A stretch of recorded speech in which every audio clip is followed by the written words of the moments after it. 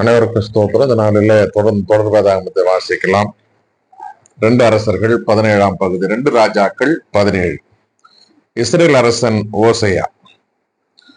யூதா அரசன் ஆகாசு ஆட்சியற்ற 12ஆம் ஆண்டில் ஏலாவின் மகன் ஓசையா சமாரியாவில் அரசனாகி இஸ்ரேலின் மீது 9 ஆண்டுகள் ஆட்சி செய்தான். அவன் ஆண்டவரின் பார்வையில் தீயதனப்பட்டதை செய்தான்.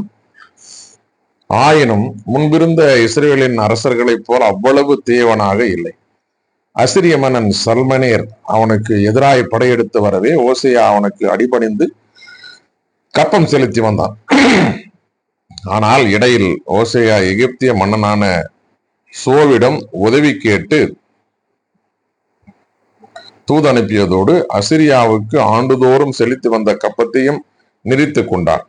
இதை அறிந்த சல்மனேர் ஓசையாவை சிறைப்பிடித்து சிறையிலிட்டான். சமாரியாவின் வீழ்ச்சி.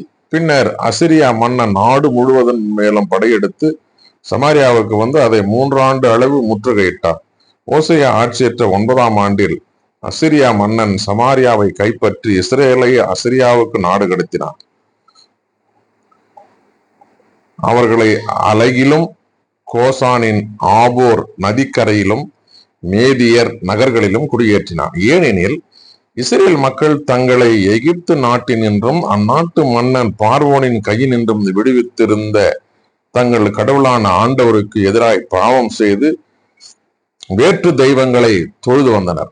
மேலும் இஸ்ரேல் மக்கள் முன்னிலையில் இருந்து ஆண்டவர் விரட்டி அடித்த வேற்றினத்தாரின் விதிமுறைகளின்படியும் இஸ்ரேல் அரசர்கள் புகுத்திய வழக்கங்களின்படி நடந்து வந்தனர். இஸ்ரேல் மக்கள் கடவுளாகிய ஆண்டவருக்கு எதிராக தகாதவனவற்றை மறைவாய் செய்தனர். மேலும் காவல் மாடம் முதல் அரண்சூழ் கோட்டை வரை எல்லா நகர்களிலும் தங்களுக்கு தொழுகை மேடுகளை அமைத்து கொண்டனர். உயர் குன்றுகளிலும் பசுமையான மரங்களின் அடியிலும் நடு கற்களையும் அசேரா கம்பங்களையும் அமைத்து கொண்டனர். அங்கு அவர்கள் துவம் காட்டி அம்மேடுகள் அனைத்திலும் ஆண்டவர் அவர்கள் முன்னிலையிலிருந்து வேட்டி எடுத்த வேற்றினத்தாரை போல் தீயென புரிந்து ஆண்டவருக்கு சினமூட்டினர். இக்காரியத்தை நீங்கள் செய்யலாகாது என ஆண்டவர் அவர்களுக்கு உரைத்திருந்தாலும் அவர்கள் சிலைகளை வழிபட்டு வந்தனர். ஆயினும் ஆண்டவர் எல்லா இறைவாக்கினர் திருக்காட்சியாளர் மூலம் இஸ்ரேலுக்கும் யூதாவுக்கும் விடுத்திருந்த எச்சரிக்கை இதுவே: உங்கள் தீய வழிகளை விட்டு திரும்புங்கள். உங்கள் மூதாதையருக்கு நான் கட்டளையிட்டு என் அடியார்களாகிய இறைவாக்கினர் மூலம் நான் அறிவித்த திருச்சட்டத்தின்படி என் கட்டளைகளையும் நியமங்களையும் கடைபிடியுங்கள். ஆனால் அவர்களோ செவி கொடுக்கவில்லை. அவர்கள் மூதாதையர் தங்கள் ஆண்டவர் மீது நம்பிக்கை இழந்து பணிய மறுத்தது போல அவர்களும் வணங்கா கழுத்தர்களாக இருந்தனர். ஆண்டவரின் நியமங்களையும் தங்கள் மூதாதையரோடு அவர் செய்திருந்த உடன்படிக்கையையும் தங்களுக்கு அவர் விடுத்திருந்த எச்சரிக்கைகளையும் புறக்கணித்து வீணானவற்றை பின்பற்றி வீணர் ஆயினர். வேற்றினத்தாரை பின்பற்றலாகாது என்று ஆண்டவர் இட்ட கட்டளைக்கு மாறாக தங்களை சூழ்ந்திருந்த அவர்களை பின்பற்றி நடந்தனர். தங்கள் கடவுளான ஆண்டவனின் எல்லா கட்டளைகளையும் கைவிட்டனர். 2 கன்றுகளை தங்களுக்கென வார்த்து கொண்டு அசேரா கம்பம் நிறுத்தி வானத்தின் அணிகளுக்கு தலைவணங்கி பாகாலை வழிபட்டனர். தங்கள் புதல்வரையும் புதல்வியரையும் நெருப்பில் பலியிட்டனர். குறி கேட்டும் சூனியம் வைத்தும் வந்தனர். ஆண்டவரின் பார்வையில் தீயதெனப்பட்டதை செய்து அவருக்கு சினமூட்டுமாறு தங்களையே விற்றுவிட்டனர். எனவே ஆண்டவர் இஸ்ரேலின் மேல் மிகவும் சினமுற்று அவர்களை தம் திருமுன்னின்று தள்ளிவிட்டனர். யூதா குலத்தார் மட்டுமே எஞ்சியிருந்தனர். யூதா குலத்தாரும் தங்கள் கடவுளான ஆண்டவரின் கட்டளைகளை கடைபிடிக்காது இஸ்ரேலின் விதிமுறைகளை பின்பற்றி வந்தனர். எனவே ஆண்டவர் இஸ்ரேலின் வழிமறைவினர் அனைவரையும் கைவிட்டு அவர்களை ஒடுக்கி கொலைக்காரரின் கையில் ஒப்புவித்து தமது திருமுன்னின்று தள்ளிவிட்டனர். அவர் இஸ்ரேலை தாவீதின் மரபினின்று வெட்டி பிரித்த பொழுது நேபாற்றின் மகன் யெரொபெயாமை தங்களுக்கு அரசனாக ஏற்படுத்திக் கொண்டனர். யெரொபெயாம் இஸ்ரேல் ஆண்டவரை விட்டு விலகும்படி செய்து அவர்களை பெரும் பாவத்திற்கு உள்ளாக்கியிருந்தான். இவ்வாறு யெரொபெயாம் நடந்த பாவ வழிகள் அனைத்திலும் இஸ்ரேல் மக்கள் நடந்து வந்தனர். அவற்றை விட்டு அவர்கள் விலகவில்லை. ஆண்டவர் தம் அடியரான இறைவாக்கினர் அனைவரின் வாயிலாக உரைத்திருந்தபடி அவர்களை தமது திருமுனின்று முற்றும் தள்ளிவிடும் வரை அவர்கள் அந்த பாவ வழிகளை விட்டு விலகவில்லை. எனவே இஸ்ரேலர் தமது சொந்த நாட்டினின்று அசிரியாவுக்கு நாடு கடத்தப்பட்டு இன்று வரை அங்கேயே இருக்கின்றனர். அசிரியர் இஸ்ரேலின் குடியேறுதல். பாபிலோன், கூத்தா, அவ்வா, ஆமாத்து, செபர்வையும் ஆகியவற்றினின்று அசிரிய மன்னன் ஆள்களை கொண்டு வந்து இஸ்ரேல் மக்களுக்கு பதிலாக சமாரியா நகர்களை குடியேற்றினார். அவர்கள் சமாரியாவை உரிமையாக கொண்டு அதன் நகர்களில் வாழ்ந்து வந்தனர். அவர்கள் அங்கு வாழ தொடங்கிய பொழுது ஆண்டவருக்கு அஞ்சி நடக்கவில்லை. எனவே ஆண்டவர் அவர்கள் நடுவே சிங்கங்களை ஏவி விட அவை அவர்களுள் சிலரை கொன்று போட்டன. எனவே அசிரிய மன்னனுக்கு இவ்வாறு தெரிவிக்கப்பட்டது: நாட்டினின்று அப்புறப்படுத்தி சமாரியாவின் நகர்களில் நீர் குடியேற்றிய அந்த மக்களுக்கு அந்நாட்டு கடவுளை வழிபடும் முறை தெரியாது. எனவே அவர் அவர்களிடையே சிங்கங்களை அனுப்பியுள்ளார். இதோ அவை அவர்களை கொண்டிருக்கின்றன. ஏனெனில் அவர்களுக்கு அந்நாட்டு கடவுளை வழிபடும் முறை தெரியாது. எனவே அசிரியா மன்னன், நீங்கள் சமாரியாவிலிருந்து நாடு கடத்தியிருக்கும் குருக்களுள் ஒருவன் அங்கு திரும்பி செல்லட்டும். அவன் அங்கே சென்று அவர்களுடன் தங்கியிருந்து தம் மக்களுக்கு அந்நாட்டு கடவுளை வழிபடும் முறையை கற்பிக்கட்டும் என்று கட்டளையிட்டான். அவ்வாறே சமாரியாவிலிருந்து நாடு கடத்தப்பட்ட குருக்களுள் ஒருவன் பெத்தேலுக்கு வந்து அங்கே தங்கியிருந்து ஆண்டவருக்கு அஞ்சி வாழ முறையை பற்றி கற்றுக் கொடுத்தான். ஆயினும் ஒவ்வொரு இனத்தாரும் தம் தெய்வங்களுக்கு தாம் குடியேறிய நகர்களில் சிலை செய்து சமாரிய முன்பு அமைந்திருந்த தொழுகை மேடுகளை வைத்துக் கொண்டனர். பாபிலோனியர் சுக்கோத் பெனோத்து சிலையையும், கூத்தியர் நேர்கால் சிலையையும், ஆமாத்தியர் அசமா சிலையையும், அவ்வியர் நிபுகசு தர்த்தாக்கு சிலைகளையும் செய்து வைத்துக் கொண்டனர்.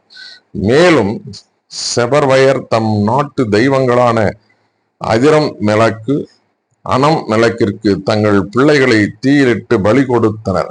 அவர்கள் ஆண்டவரையும் வழிபட்டு வந்தனர். ஆயினும் தொழுகை மேடுகளில் பணிபுரிய தங்களுள் அர்ச்சகர்களை நியமித்துக் கொண்டனர். அவர்கள் ஆண்டவரை வழிபட்டு வந்த போதிலும் எங்கிருந்து அப்புறப்படுத்தப்பட்டிருந்தார்களோ அங்கிருந்த வழக்கப்படியே தம் தம் தெய்வங்களை வணங்கி வந்தனர். இன்று வரை அவர்கள் தங்கள் முன்னைய வழக்கத்தையே கை கொண்டுள்ளனர். ஆண்டவரிடம் அவர்கள் அச்சம் கொள்ளவில்லை. மேலும் ஆண்டவரால் இஸ்ரேல் என்று பெயரிடப்பட்ட யாக்கோபின் மக்களுக்கு கட்டளையிட்ட நியமங்களையும் விதிமுறைகளையும் சட்டத்தையும் கட்டளைகளையும் கடைபிடிப்பதும் இல்லை. ஆண்டவர் இஸ்ரேலரோடு உடன்படிக்கை செய்து அவர்களுக்கு இட்ட கட்டளை இதுவே: வேற்று தெய்வங்களுக்கு அஞ்ச வேண்டாம், அவைகளை வணங்கி வழிபடவும் வேண்டாம், அவைகளுக்கு பலியிடவும் வேண்டாம். ஆனால் உங்களை பேராற்றலோடும் ஓங்கிய புயத்தோடும் எகிப்திய நாட்டிலிருந்து அழைத்து வந்த ஆண்டவருக்கு மட்டுமே நீங்கள் அஞ்ச வேண்டும். அவரையே வணங்கி வழிபட வேண்டும், அவருக்கே பலி செலுத்த வேண்டும். அவர் உங்களுக்கு எழுதி தந்த நியமங்களையும் விதிமுறைகளையும் சட்டத்தையும் கட்டளைகளையும் எந்நாளும் கருத்தோடு கடைபிடித்து வாழுங்கள். வேற்று தெய்வங்களுக்கு அஞ்சாதீர்கள். நான் உங்களோடு செய்த உடன்படிக்கையை மறவாதீர்கள். வேற்று தெய்வங்களுக்கு அஞ்சாதீர்கள். உங்கள் கடவுளாகிய ஆண்டவருக்கு அஞ்சி நடங்கள். அவரே உங்கள் எதிரிகள் அனைவரின் கை நின்று உங்களை விடுவிப்பார்.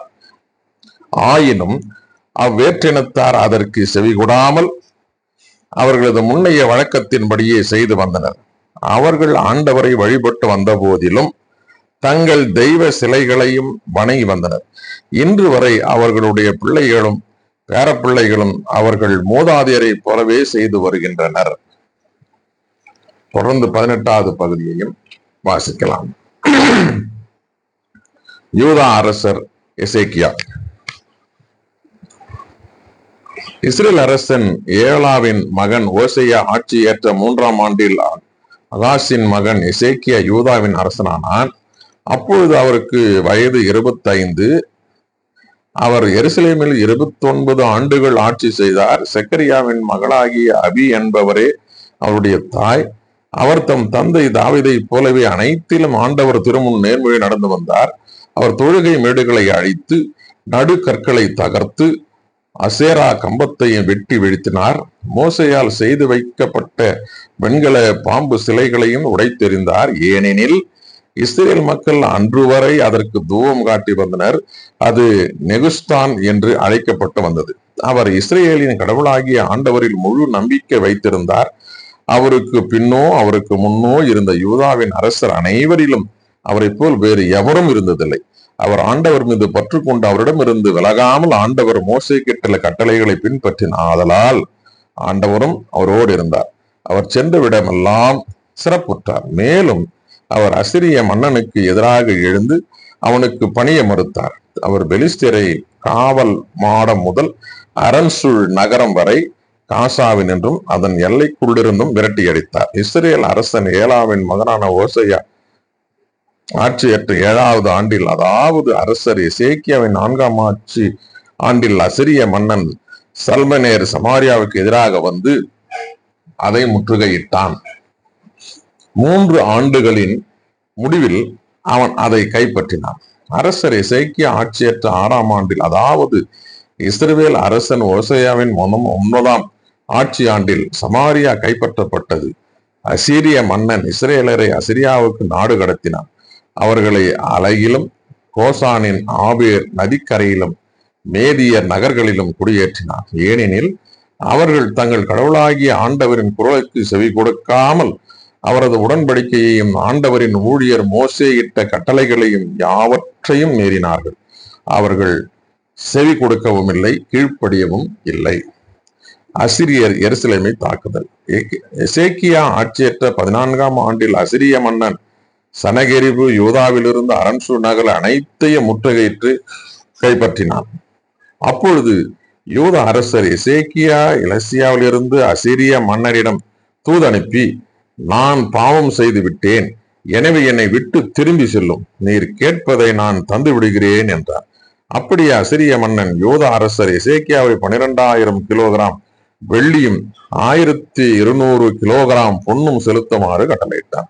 எசேக்கியா ஆண்டவரது இல்லத்திலும் அவரது அரசரது அரண்மனை கருவூலங்களிலும் காணப்பட்ட எல்லா வெள்ளியையும் கொடுத்தார். இச்சமயம் யூத அரசர் எசேக்கியா ஆண்டவரின் இல்ல கதவுகளிலும் கதவு நிலைகளிலும் தாம் பதித்திருந்த பொன் தகடுகளை கழற்றி அசிரிய மன்னனுக்கு கொடுத்தார். ஆயினும் அசிரிய மன்னன் இலக்காசிலிருந்து தாத்தானையும் ரப்சாரியையும் ரப்சாக்கேயையும் பெரும் படையுடன் எருசலேமுக்கு அரசர் எசேக்கியாவுக்கு எதிராக அனுப்பினார்.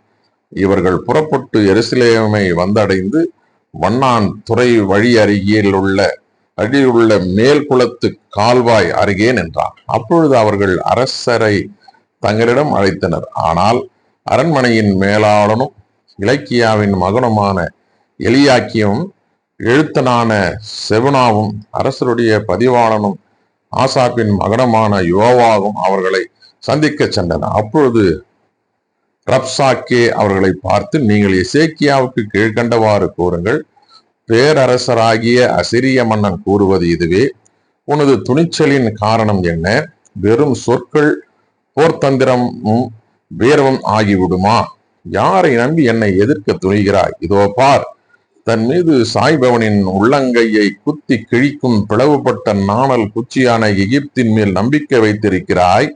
எகிப்திய மன்னனான பார்வோனும் தன்னை நம்புகிற யாவருக்கும் அபதமே செய்வான். நீ ஒருவேளை எங்கள் கடவுளான ஆண்டவரின் மேல் நம்பிக்கை வைத்திருக்கிறோம் என்று சொல்லலாம். ஆனால் யூதா மக்களையும் எருசலேம் மக்களையும் பார்த்து, நீங்கள் எருசலேமில் இருக்கும் பலிபீடத்தில் மட்டும் வழிபடுங்கள் என்று கட்டளையிட்ட பொழுது எசேக்கியாவாகிய நீ அவருடைய தொழுகை மேடுகளையும் பலிபீடங்களையும் அழிக்கவில்லையா? இப்பொழுது என் தலைவராகிய அசிரிய மன்னன் சார்பாக சவால் விடுக்கிறேன். நான் உனக்கு 2000 குதிரைகளை தருவேன். அவற்றுக்கு தேவையான குதிரை வீரர்களை உன்னால் தர முடியுமா? தேர்களுக்கு குதிரை வீரர்களுக்கு எகிப்தை நம்பியிருக்கும் உன்னால் என் தலைவரின் பணியாளர்கள் கடையனான ஒரு படைத்தலைவனை கூட எதிர்த்து நிற்க முடியுமா? ஆண்டவரின் திருவுளம் அறியாமலான அனைவிடத்தை அடிக்க வந்துள்ளேன். ஆண்டவர் என்னை பார்த்து, நீ புறப்பட்டு சென்று அந்நாட்டை அழித்து விடு என்று கூறியுள்ளார் என்றான். அப்பொழுது இலக்கியாவின் மகன் எலியாக்கிமும் செபுனாவும் யோவாகும் ரப்சாக்கை நோக்கி, உன் பணியாளராகி எங்களோடு சிரியா மொழியிலேயே பேசும், அது எங்களுக்கு புரியும். மதிலின் மேல் இருக்கும் மக்கள் காதில் விழும்படியாக யூத மொழியில் எங்களோடு பேச வேண்டாம் என்றனர். அதற்கு அவன் அவர்களிடம், என் தலைவர் என்னை அனுப்பியது உங்கள் தலைவரிடம் உங்களிடம் மட்டுமா? இல்லை, தங்கள் மலத்தை தின்று தங்கள் சிறுநீரை குடித்து உங்களுடன் மடியவிருக்கும் மதிர்சுவர் ஆள்களுக்கும் இது புரியட்டும் என்றார். இதன் பின் ரப்சாக்கி எழுந்து நின்று யூத மொழியில் உரத்த குரலில் பேசலானான். மாவேந்தரான அசிரிய மன்னனின் வார்த்தைகளை கேளுங்கள். அவர் கூறுவது இதுவே: எசேக்கியா, உங்களை ஏமாற்ற விடாதீர்கள். ஏனெனில் உங்களை என் கையிலிருந்து விடுவிக்க அவனால் முடியாது. அவன் ஆண்டவர் நம்மை விடுவிப்பது உறுதி. இந்நகர் அசிரிய மன்னனின் கையில் ஒப்புவிக்கப்படாது என்று கூறி உங்களை ஆண்டவரிடம் நம்பிக்கை கொள்ள செய்வான். எசேக்கியாவின் சொல்லுக்கு செவிகொடாதீர்கள். ஏனெனில் அசிரிய மன்னர் கூறுவது இதுவே: நீங்கள் என்னோடு சமாதானம் செய்து கொண்டு வெளியே என்னிடம் வாருங்கள். நீங்கள் ஒவ்வொருவரும் தம் சொந்த திராட்சை கொடியின் பழத்தை சுவைத்து, தம் சொந்த அத்திமரத்தின் பழத்தை தின்று, சொந்த கிணற்றின் தண்ணீரை குடிக்கலாம். பின் நான் வந்து உங்கள் நாட்டை போன்ற ஒரு நாட்டுக்கு தானியமும் திராட்சை கனியும் மிக்க நாட்டுக்கு அப்பமும் திராட்சை தோட்டமும் மிகுந்த நாட்டுக்கு ஒலிவ மரங்களும் தேனும் மிகுந்த நாட்டுக்கு உங்களை அழைத்து செல்வேன். நீங்கள் சாகாமல் உயிரோடு இருக்க பாருங்கள். ஆண்டவர் நம்மை காப்பார் என்று கூறி உங்களை ஏமாற்றும் எசேக்கியாவுக்கு செவி கொடாதீர்கள். எந்த ஒரு நாட்டின் தெய்வமாவது தன் நாட்டை அசிரிய மன்னனிடமிருந்து மீட்பது உண்டா? ஆமாத்து அர்பாது நகர்களின் தெய்வங்கள் எங்கே?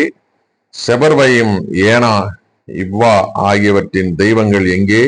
அவை சமாரியாவை என் கையில் நின்று விடுவித்தனவா? அத்தனை நாடுகளின் தெய்வங்களும் ஒன்றாவது தன் நாட்டை என் கையில் நின்று விடுவித்தது உண்டா? அப்படி இருக்க ஆண்டவரால் எவ்வாறு எருசலேமின் கை நின்று விடுவிக்க முடியும்? ஆனால் மக்கள் மௌனமாய் இருந்தனர். ஒரு வார்த்தை கூட பதில் கூறவில்லை.